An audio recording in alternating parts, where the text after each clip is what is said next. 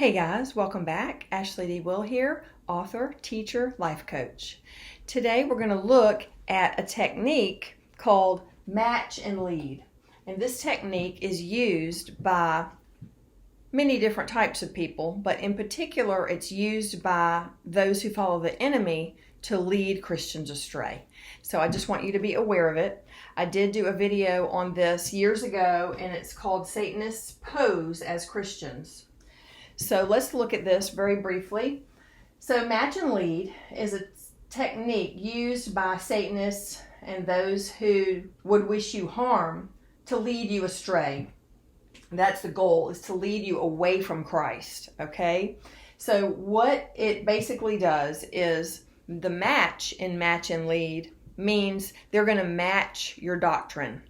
They're going to match your philosophy. They're going to match as much as they can about what you believe in order to bond with you. And then once you start to trust them, then they slowly lead you astray. Okay?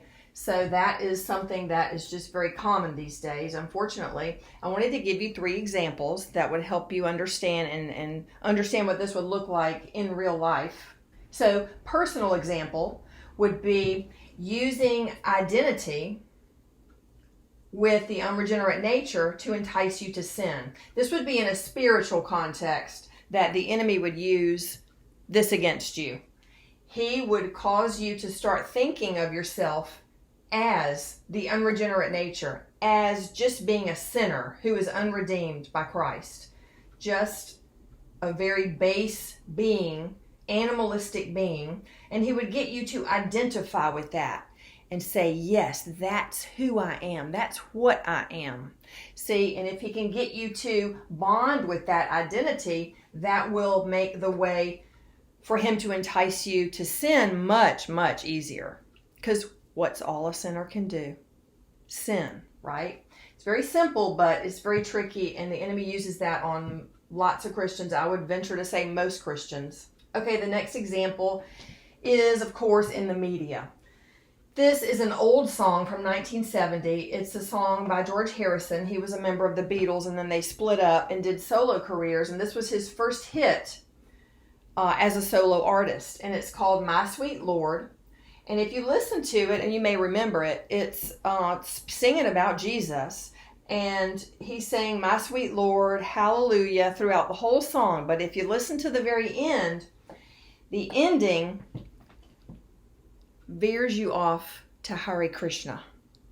This is a typical example of match and lead. See, he matches your faith. He matches your God, the one true God. He's adoring the Lord, singing all kinds of wonderful things about him to capture your heart and let your guard down. And then in the end, the lyrics change from hallelujah to Hare Krishna.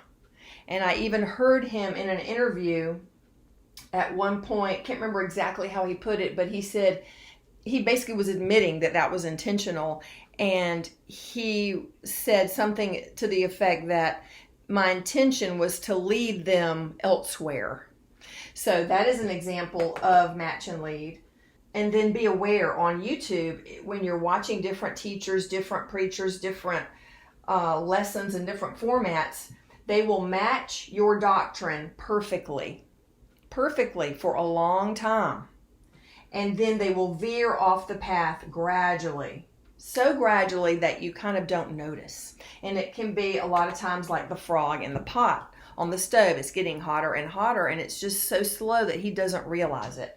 So it's called match and lead. Some other names for it are pace and lead. They match your pace and lead you astray. The alignment principle. They align themselves with you in order to lead you astray. The similarity principle. Agree and amplify, bond and bend, see? And then matching and mirroring is a technique that is a part of NLP, which is neuro-linguistic programming. And this can be very beneficial in people skills and connecting with people and building rapport, like at work or at some kind of a seminar where they take you to help you bond with your coworkers. But this is kind of a benign version of it. A sanitized version of match and lead would be neuro-linguistic programming because it's supposed to be beneficial. They do use it for hypnosis, but it can be just for sales, to increase your sales skills and your income with sales, and it's good for people skills as well. Okay, so this is just something I want you to be aware of. The goal of all of these techniques are to minimize resistance and objections. They don't want those, but it's to build trust. And once they have your trust, they start to lead you off course. Okay, so watch out for match and lead. It is neuro-linguistic programming in a sense similar to that, but it's used to lead you astray.